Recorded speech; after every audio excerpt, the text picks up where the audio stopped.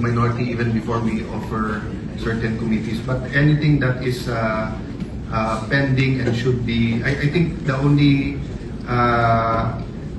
things that are technically on hold is new hearings and the sponsorships on the floor pending designation of chair.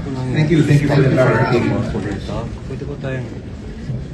Sir Brandon, Senator Pangilinan. Just a clarification as regards the hearings of the committees that can be conducted. When we say we will not be conducting new hearings, Ganito, stop.